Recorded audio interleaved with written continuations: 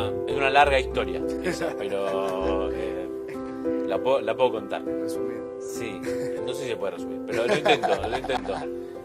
Mi padre, para quienes no lo conocen, es Jorge Bucay, es un escritor argentino que tiene un recorrido interesante, podríamos decir, extenso. Sí. Y tiene algo así como más de 20 libros publicados.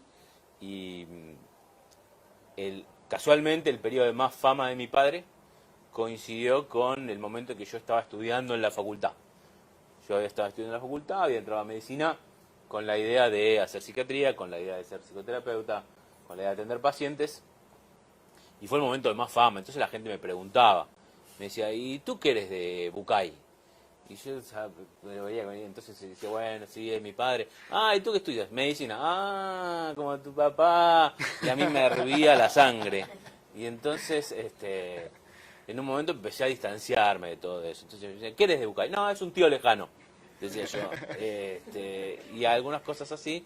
Y empecé a pensar que no era una buena idea esto de hacer psiquiatría, porque me exponía a un montón de comparaciones, me exponía, bueno, a las cosas de la adolescencia, digamos así, pero potenciadas. Y empecé a pensar en que no, que mejor hacía otra cosa. Empecé a pensar que iba a hacer cirugía, que iba a hacer diagnóstico por imágenes, cualquier otra cosa. Y lo que me empezó a pasar, cuando empecé a pensar en eso, es que dejé de tener ganas de ir a la facultad. Me aburría, no tenía ganas de ir, me quedaba dormido a la mañana, vi que siempre en general me sacaba buenas notas, no me sacaba tan buenas notas. Había perdido la motivación, básicamente. Y eso era, después me di cuenta, porque me había desviado de mi camino. Claro. Porque en el intento de no ser como mi padre, había terminado tampoco haciendo algo que no era lo que yo quería hacer. Yo quería hacer eso a pesar de que él tenía la misma profesión que yo. Digamos, no por eso, sino a pesar de eso. Y eso me dio como mucha tranquilidad. Pero esa fue la fase 1, vamos a llamarla. Okay. Después viene la fase 2. Porque la fase 2 es, cuando yo digo esto, tú, por ejemplo, me puedes decir, y tendrías razón, me puedes decir, que es casualidad entonces. Justo te gustaba lo mismo que tu padre. Qué casualidad tan conveniente, ¿no? Claro. Es un poco sospechoso pensar que no tiene ninguna influencia. Y cuando empecé a pensar así me di cuenta que por supuesto que había influencia. Pero la influencia estaba mucho más profunda de lo que yo me daba cuenta. Me vinieron algunos recuerdos de cuando yo era muy chico, por ejemplo de los 8 años, recuerdo una noche haber ido a buscar a mi padre a su consultorio y haber visto el lugar donde trabajaba y haber pensado, ¿de qué habrán hablado acá? Acá se juegan cosas tremendamente importantes. Acá se revela el alma humana. Y recuerdo ese día, yo quería estar presente ahí.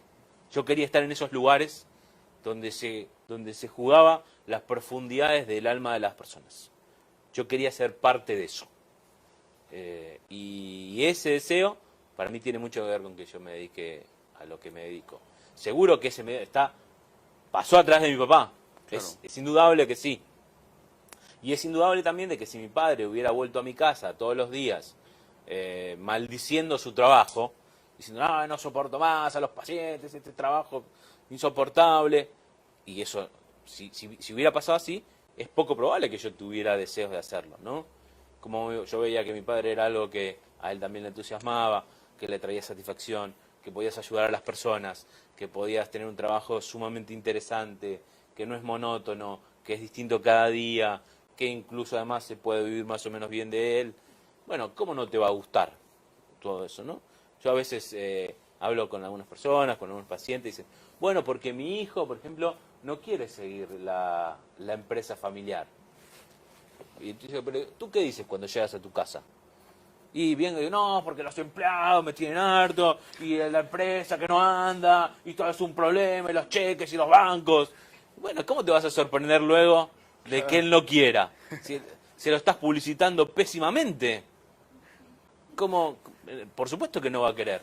Entonces, bueno, creo que seguro que el hecho de que a mi padre le haya ido bien en esta profesión, y no me refiero a que haya tenido éxito, sino que yo he visto que en su vida esto ha sido algo que le ha aportado y servido y que nosotros como familia, a la que éramos, a mi familia de origen, le ha hecho bien. Por supuesto que eso tiene que ver con que yo también diga, bueno, yo también quiero eso. Aunque no lo piense así, ¿no? Claro, claro.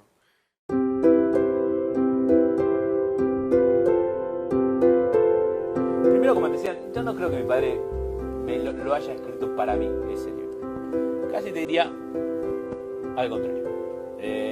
Bueno, se sirvió de mí para hacer ese libro. No, en el buen sentido. En el buen sentido. Yo, hoy que tengo 2 hijos, si yo quisiera pensar, ¿cómo puedo hacer para expresar, para dar lo mejor que tengo? Yo quiero dar lo mejor que tengo. Bueno, yo diría, bueno, pensá en lo que le dirías a tu hijo.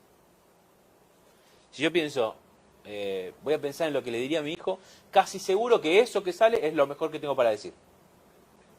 Yo creo que mi padre nos puso en distintos libros, sus primeros libros, a mi hermana y a mí, como figura para canalizar lo mejor que él tenía para decir. Para poder sacar afuera, bajo el modo de imaginarse, diciéndoselo a sus hijos. Funcionó la operación. Si me preguntás qué cuento de mi padre me marcó más, no está en ese libro. Yo te puedo decir cuál es. Sí, ahora te lo cuento. Pero no está en ese libro. Cuando yo estaba en toda esta época que les contaba antes, estaba un poco ahí, preocupado por esto, de bueno, hacer la misma carrera que él, y lo interesante, creo lo mejor que mi padre y yo hemos tenido es que siempre hemos podido hablar de todo, incluso de las cosas que nos molestaban el uno del otro. Y siempre hemos sabido que el otro podía escuchar. Eso no lo hemos perdido nunca y creo que es un gran valor. Y entonces fui y le dije que tenía problemas con eso, porque que iba a tener problemas con la comparación con él y que me molestaba esa idea de hacer lo mismo que él y que no sabía si era por mí, si era por él, si qué sé yo. Y mi padre, obviamente, me contó un cuento. El cuento que me contó es el de un pueblo en el que había un rabino. Y dicen que el pueblo estaba muy contento con ese rabino y le gustaba mucho cómo llevaba la vida espiritual del pueblo. Pero el rabino estaba un poco viejo y todos sabían que en algún momento se iba a morir. Y entonces empezaron a pensar quién iba a ser el sucesor del rabino. Y dijeron, ¿quién mejor para continuar este legado que el hijo del rabino, que estudiaba religión también? Entonces lo fueron a ver al hijo del rabino y le dijeron si él quería hacerse cargo de la sinagoga cuando su padre muriera, y el joven rabino dijo que sí, que le encantaría, que por supuesto, que era un gran honor. Al poco tiempo el padre efectivamente murió y el joven se hizo cargo de la sinagoga, pero al poco tiempo empezó a hacer cambios, ¿no? Cambió la hora en la que se hacían los rezos y cambió algunos de los textos de los rezos.